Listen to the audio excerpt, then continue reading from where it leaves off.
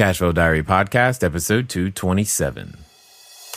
Welcome to yet another exciting episode of the Cashflow Diary Podcast, the podcast that teaches you insider tips, tactics, and strategies for creating leverage streams of cash flow into your life. Learn from top-performing entrepreneurs, business owners, investors, and thought leaders from across the globe as they share their secrets to success. Like what you learn on this and other Cashflow Diary podcast episodes? Go to learninvestingnow.com and sign up to receive powerful tips and information that will help you succeed as an entrepreneur and investor. Now, here's your host, investor, entrepreneur, business owner, educator, speaker, author, and master facilitator of Robert Kiyosaki's cash flow game, Jay Massey.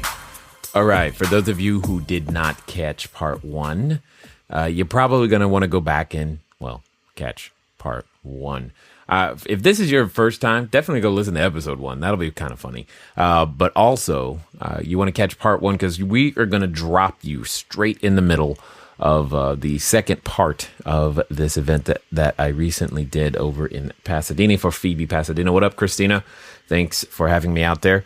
And I think you're going to learn, or at least I hope you're going to learn a little bit more about what it's going to take for you to get out there and begin. I know some of you are beginning to think about the new year and those types of things. And as we think about our goals at any particular time, we have to think about who we've been, who we are, and more importantly, where we want to go. So I'm just going to drop you right on in, pick it up. For those of you who've been waiting all weekend, sorry. Well, it's here. Here you go. And for most people, that's scary. That's what's about to happen. Because I'm just going to take you through the journey of J 2.0, 3.0, and 2.1. And I keep having these patches and updates as time goes forward. That's it. But if I can't get you to think, maybe I can. Yes, it's going to hurt, but it's worth it. Because I promise you, Christina hasn't had, success does not go straight up. I know, right? My experience is definitely up and down. Yeah, right. I thought I was the only one. No. Yeah, I know, right? We're all so afraid of doing it wrong, we don't do it at all. And that's the challenge. And I need you to go out there. The marketplace needs you. The people whose retirement plans are suffering and earning 2.45%, or in his case, 6, they need you, right?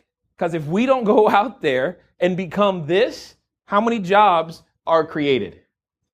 Does that sound like today's job market yet? If we don't go out there and become this, there could be an oversupply of money earning low interest rate. Wait a minute. If we don't become this, there could be way too many of these people who are overeducated and working at McDonald's. Does that sound familiar? The solution is right here with you in between your two ears, because you see property differently than I do. You are uniquely designed to serve a certain customer. It's a concept that I teach called investor identity. There are people that, I don't care, we could both play in the same market, we could both do apartment buildings, but I promise you, we're serving different people.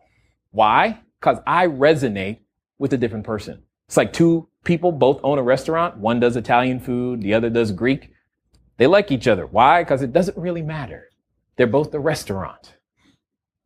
And that's the thing I got to get you to understand too, is that none of us in this room are in competition, because most of us are going to be serving completely different individuals. You're going to be serving different buyers, sellers, and investors than I am. Okay? So the first thing you must have is you got to have that knowledge of that you need buyers, sellers, and investors. But more important, you need a system which brings them to you consistently. Buyers, sellers, and investors. The reason you're still at your job is one reason only. Nobody knows you're in business. That's it. You don't have the ability to be in front of other people while you're doing something else. If you could have your message in front of 10,000, 20,000, 30,000 people a day, every day, while you were at work, you would not be at what you call a job too long before you were done, because of all the other stuff that I've mentioned thus far. After you've gotten this system down, The next thing you need is that you must become what I call an expert in your area, in some area. That means you are the go-to person for this. And I don't mean go-to person for apartment buildings. I mean, when someone comes to you, they know the type of experience that they're going to get. I'll give you an example that's very tangible. How many of you are familiar with a small little store by the name of Walmart? Yes? Okay. How many of you are familiar with its cousin, the Red Circle Boutique, also known as Target? Yes? Excellent. And my favorite, because they have my shoe size in stock often, Nordstrom. You know that store? Yes. Excellent. Okay. Do any of those three stores sell anything in common? Yes. What? Products. Clothing. Now, did I tell you, did I just say go buy your shirts at Walmart? No, I didn't say that, or Target, or Nordstrom. I don't really care about that. But they all sell shirts. When you go to Walmart, what do you expect? What's that? Say it louder, because you know exactly. He said cheap. When I go to Walmart, you know what I expect? I expect it to break. And they're pretty good at delivering on that promise, right? When you go to Target, what do you expect? A little less breakage. A little, a little less breakage. Yes, I expect a clean floor and a Starbucks. Other than that, they're the same as far as I'm concerned. Now, when you go to Nordstrom, though, what do you expect? Everything. Everything. You even expect the piano guy. You're like, where are you at? I'm here today. Where are you at, right? You expect everything. And each store delivers the proper experience to the customer. So if you were looking for a cheap t-shirt really quick, where are you going to go? Sounds like they're an expert at everyday low prices. Make sense? If you're like, no, I need something nice. It's kind of, maybe it's a wedding. Maybe you're like, okay, it's worth it for a $200 belt, you know? Where are you going to go? No, right. Do you get my point? You didn't even need to really think about that. That's just what they're known for. Except, yes, it's the demographic they serve. They all sell the same thing. So here's my point. You realize 3 fix and flippers could be in the same room, but all 3 of them serve a completely different customer? Why is it when we talk about real estate, you suddenly forget that there's a customer? And we start talking about the property and the area of town. I mean, I'm not saying those things are unimportant, but you should start with who. This is the number one question. Who do I want to serve? Once you start there, the rest gets easy. Because once you figure out, hey, this is the person I want to serve, that person lives in a certain area of town, in every town, across the world. Period. I taught this same simple concept to some people in Estonia and Lithuania, and they were like, oh, that makes perfect sense. That's why I like these and I hate these. See, here's the California problem. In our retirement plans, we typically have somewhere between $40,000 to $200,000. We look at, go, that's not going to do anything out here. We're like, maybe a shack on the corner with a guy with a white t-shirt, right? What's that? That you got at Walmart, right? It's not good. But then we go online and we look in, Tennessee, Indiana, somewhere west or east. Sorry, I was thinking Midwest, East. And what happens is we go, wow, $40,000. Is that the whole house? What's missing? And the problem is, in our head, we think we're going to have a certain type of experience with that house. Well, we failed to understand the person that's living in that house, the customer. And that is the cardinal mistake. See, in California, we're used to Nordstrom. It's shiny. It's clean. I mean, even Santa Ana looks awesome. Okay? And I promise you, I've had people come in from out of town. I'm like, I'm going to try to take you to our low rent district in Orange County, right? So that they can see it. And they're just like, where's it at? because the streets are still clean. It looks relatively, compared to what they're used to, they're just like, this is not like, what do you mean? How is that condo here still 400 grand? Welcome to the sunshine tax. That's really what it comes down to at the end of the day. But let's talk about this for a second, because see, you've got to understand that when does Walmart make money when they sell a shirt? What about Target? What about Nordstrom? They all make money, so it's not about money. So please stop asking people what real estate deal or what real estate strategy is going to make the most money. Who do you want to serve? So for those of you who are at Nordstrom, if you're trying to figure this out, like, who do I want to serve? I'll give you a clue. It usually has a lot to do with the people you are most comfortable talking to, also known as the ones you grew up around.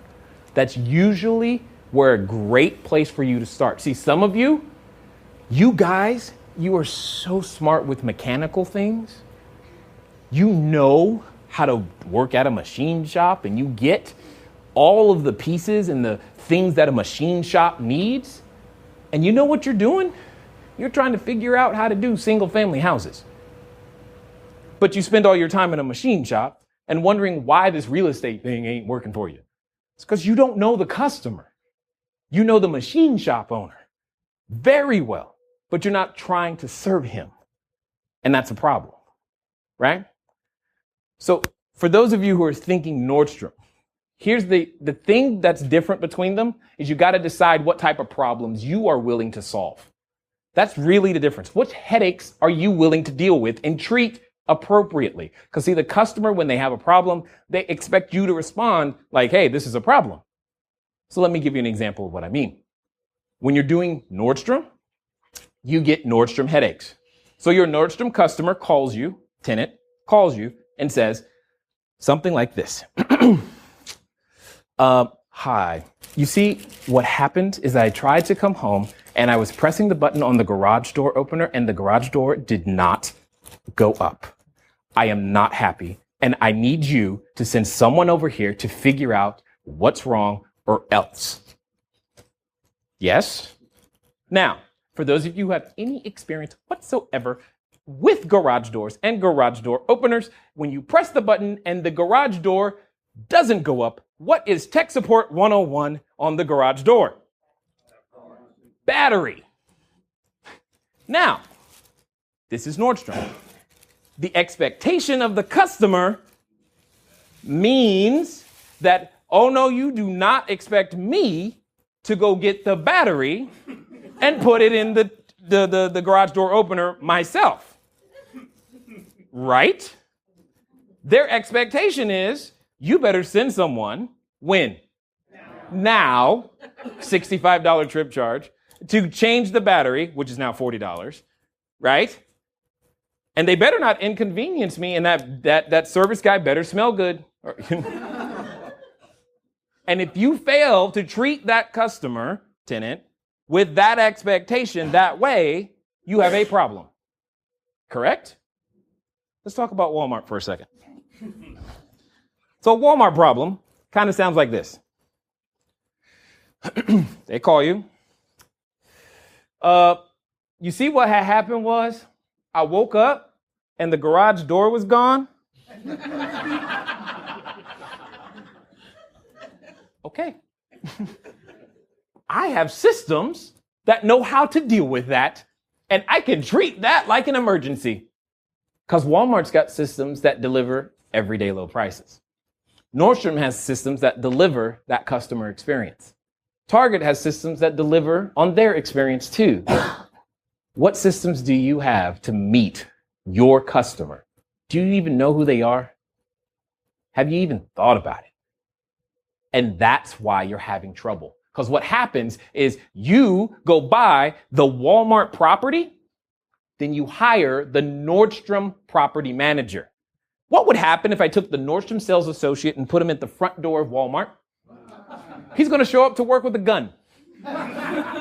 If I take the Walmart greeter, blue vest and all, and put him at the front of Nordstrom, what's going to happen? It's just a big disconnect. It doesn't even make sense. Correct? But yet this is exactly what we do every time we go out there to build a team. We're trying to nickel and dime the vendors because we're trying to get the best price without realizing, are you even hiring the right person who knows how to serve your customer at all? But yet, if we were a normal business, we would never do these things. We just wouldn't. We would want our customer service and salespeople to know how to relate to our customer. It would be like 101. But yet, for some reason, as soon as you put the real estate tag on it, we just throw that out the window like it doesn't matter.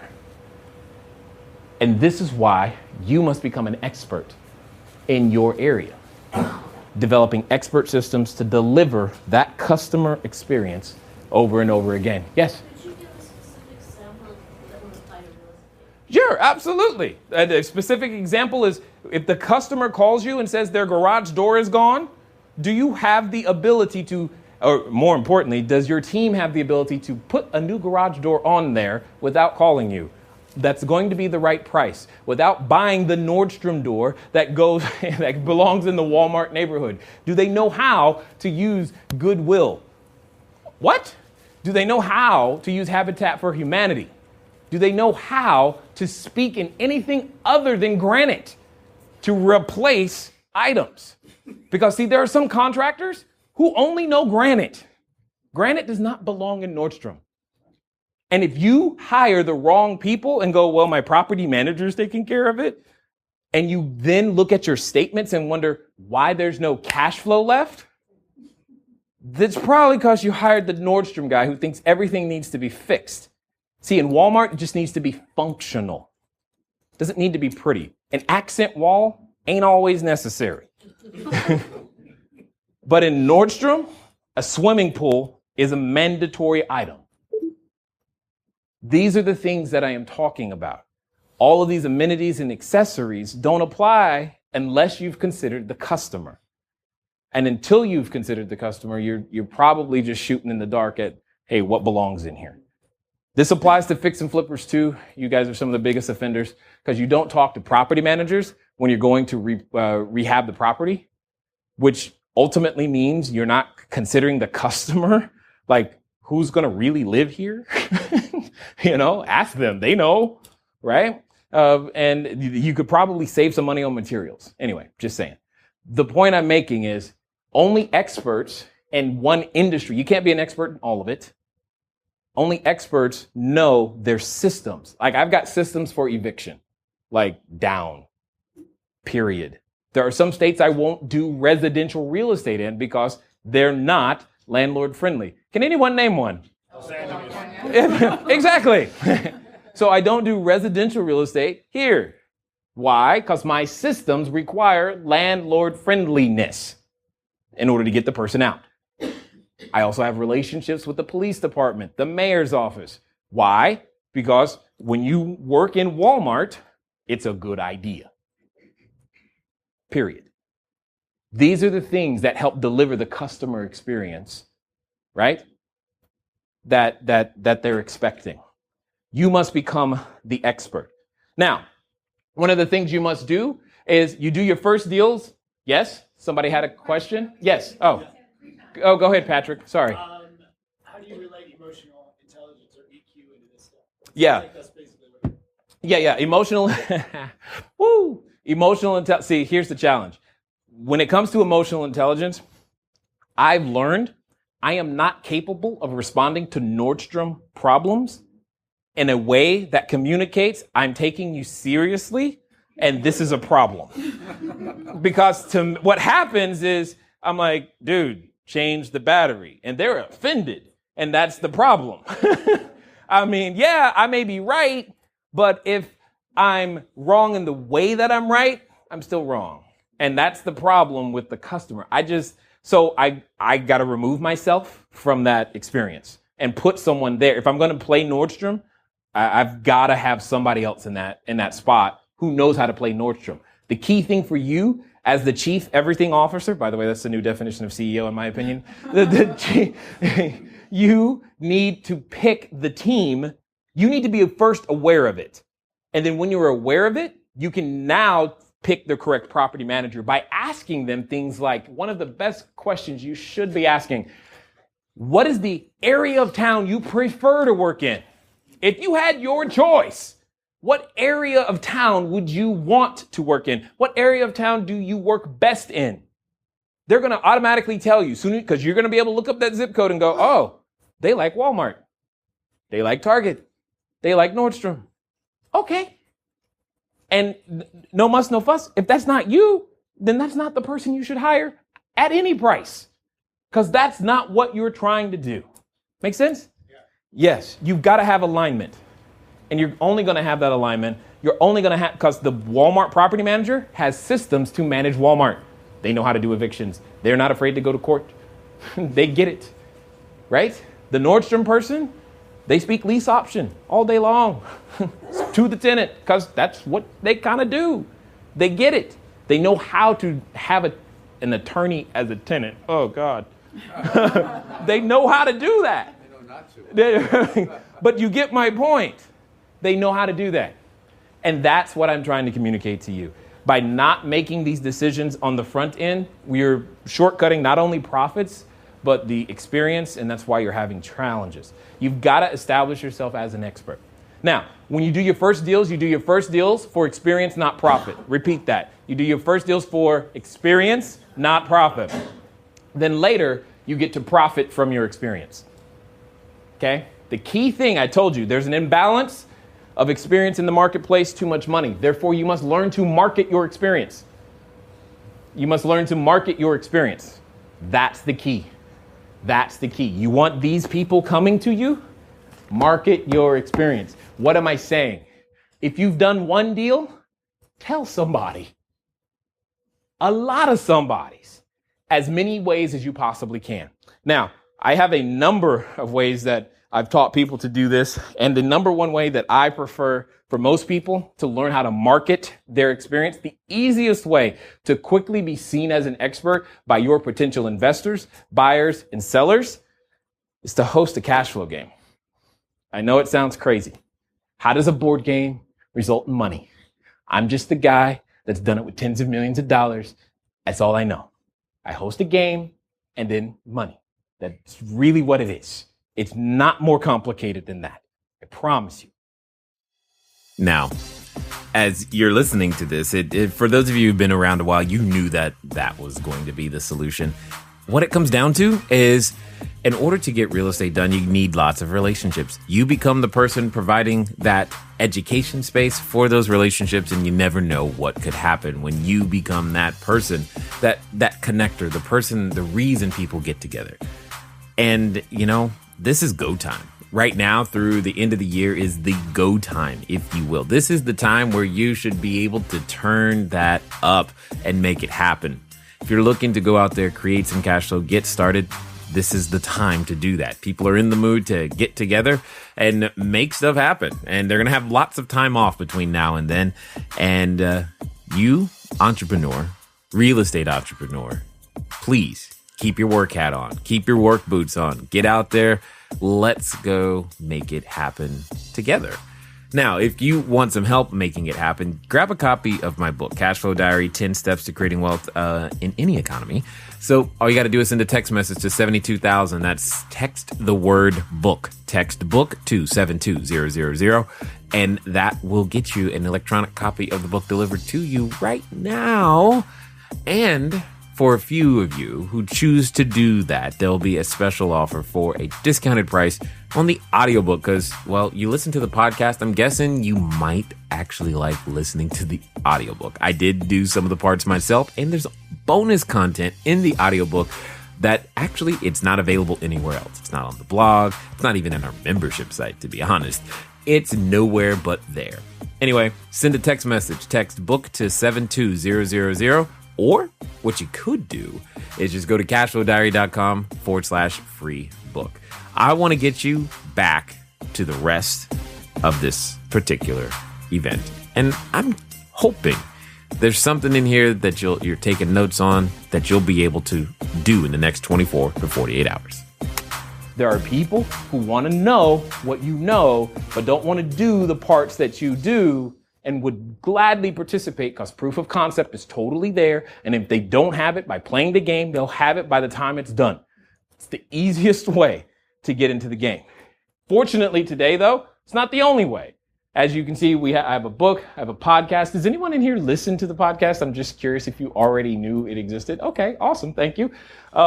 We're very active on Twitter, Facebook, and YouTube. Tons of videos, tons of those things. The website, we have an email newsletter. I'm always telling people, here's how you do this, here's how you do this, and don't do this, because all of those things matter, and I know they're going to serve you and help you in some way, shape, or form, because I just can only tell you I'm telling you, market your experience once you've done a deal.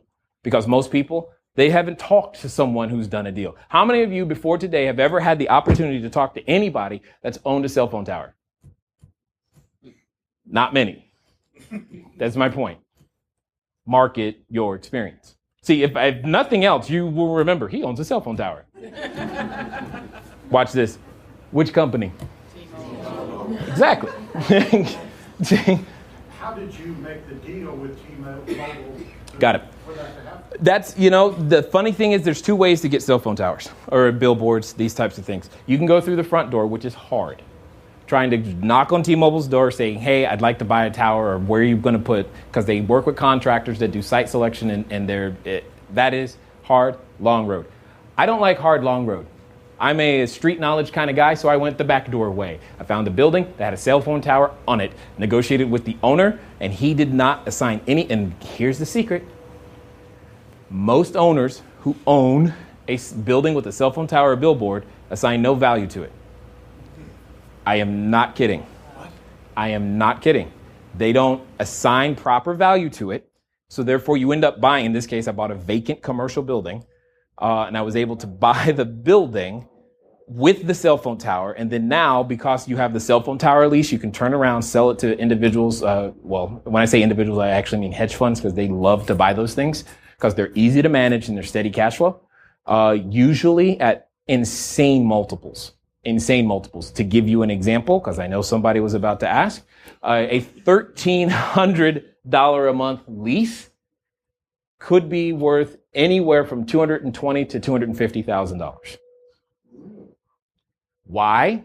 Because everyone else is putting their money into a 401k. That 401k goes over to Charles Schwab. Charles Schwab has more money than they know what to do with, and if they tell you they did nothing with the money, then that's a problem. Why? Because the prospectus says they must invest it somewhere. Period. They have to. They cannot sit in cash. So what do? They take anything that they can get a yield on at nearly any price, especially when there's an oversupply of money in the marketplace. See, the only reason you don't know this is because you don't have a playing piece, and they're not calling you saying, hey, you got a cell tower, we'd like to buy it because we got more money than we know what to do with. And all these people keep giving us $50 every paycheck, and it's just, coming in, and we can't stop it from coming in because they really think this 401k is going to work for them. So what we got to do is we got to place it somewhere. Does that make sense? See, I'm probably offending some securities people right now, but that's not my problem. The problem is this is what's happening, and that's why they pay what they pay. And then you go 2.45%. Well, at least it wasn't 1. That's what's happening. Okay? That's why I like them, because they're easy to manage. That's the other reason I like large apartment complexes, because they'll buy those too, because they're easier to manage than the small 8 to 50 unit buildings. They'll buy the 200, 150s, 300s, etc., because they're like, cool, I can give a whole bunch of money and solve. They got a problem. Too much money doing nothing. You got to solve it. You've got to become an expert. I've become known as the cash flow game guy in a lot of places, right? And that's fine. Kids need to know it too, right? You want to mess with, you want to really mess with a household, teach the kids this stuff first before you teach the parents. It becomes fun. I'll get through the last steps if you'll permit me, and then I've got something that I want to give you for free for listening and enduring my bad jokes and all the other stuff as well. Once you've become known as the expert, the thing that you must do next in your system is you must have a way to follow up and follow through with people. You must have a way to sit down with people one-on-one, whatever that is. I don't care. My favorite place to do this is Starbucks. I used to have an office. No one ever showed up, so I just met people at Starbucks, and it just worked better, and that's what I still do. So most of my team, entirely virtual. My CFO is in San Diego. I rarely see my operations person. She lives in Northern California. You've met Jacob. Here's Drew. These guys are always following me around, making me look good on video and audio and stuff like that, which is great. But the point is, you've got to have a way to follow up and follow through. That needs to be intentional. You can't just hope that's going to happen, because it's not. People want to be involved, but you got to let them know that hey, I'm here to help. And if you don't, they won't. Simple as that. And you must learn one basic skill set. You must learn to become a pig. Professional information gatherer. Okay? Now, men. I need all the men to pay attention to these next words. I need you to therefore learn to listen. All the wives said, amen. Yeah, I understand. I'm on your side here, though, because the reason you're not getting more deals, more investors, more sellers is because you think you know what they want, and you're not asking. People will tell you what they want if you would but ask. You think the reason you're not attracting private capital is because your return's not high enough. Absolutely incorrect. You don't know what they want. That's the problem. There's a technology I developed called the Profit Analysis Quadrant, which gives you the ability to talk to people in such a way using a napkin and help them understand what parts and benefits of the deal that you're willing to give away, which ones they can keep. For example, there are ways to give away cash flow and depreciation in a deal, but you keep the equity as well as the amortization. This is really, really important stuff to understand. I so don't have the time to go into it tonight. I'm just here to tell you that that's possible. In fact, it's in chapter 9. Write that down. Chapter 9 of my book. It's called the Profit Analysis Quadrant. You want to study it, learn it, love it, period. Because you've heard people say, guess what? You can do a deal on the back of a napkin. But no one's ever taken the time to show you how. And that's what I had to figure out, because I had no money. Period. And I had to figure out how to get access to other people's. You must learn to follow what I call the 70-30 rule. They talk 70% of the time, which by definition means you are what? Listening and asking questions. I study questions like nobody's business. That's what I love to do. It's one of my favorite things. I will go to a timeshare presentation to study the questions. Why? How many of you have done this? You've gone to a timeshare presentation. You agreed with the person that you were going with that we are not buying anything. You shake on it. It's agreed. You get out the car. And then somehow in 90 minutes, you spent 20 grand. Something happened, right?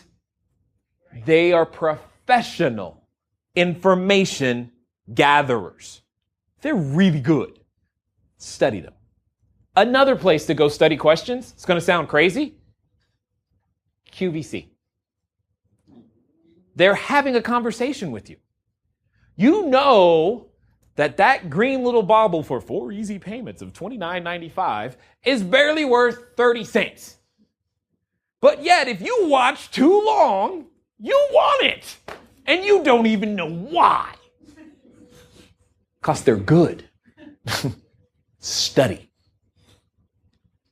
Go to a car dealership. The good ones ask questions. The bad ones, they actually try to sell you a car.